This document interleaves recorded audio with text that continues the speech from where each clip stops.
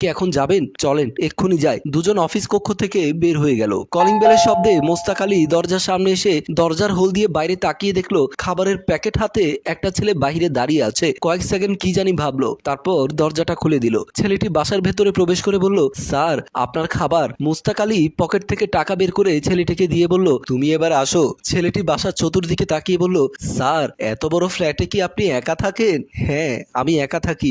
আপনার স্ত্রী সন্তান নেই? ওরা দেশের বাইরে থাকে। তুমি এত কথা জানতে চাইছো কেন? তুমি চলে যাও। না মানে স্যার, আপনি প্রতিবার অর্ডার দিয়ে খাবার কিনে নিয়ে আসছেন, আমি সেই খাবার দিয়ে যাচ্ছি, তাই আর কি প্রশ্নটা করলাম। কিছু মনে করবেন না স্যার, খাবারটা গরম গরম আছে, খেয়ে নেবেন। বলেই ছেলেটি রহস্যময় একটা হাসি দিয়ে দরজা খুলে বাসা থেকে বের হয়ে গেল। মুস্তাক আলী দরজাটা বন্ধ করে ড্রয়িং রুমের ভেতরে চলে গেল। মুস্তাক আলীর ভীষণ খিদে পেয়েছে। ড্রয়িং রুমের সোফায় বসে খাবারের প্যাকেটটা খুলে খাবারগুলো খেতে লাগলো।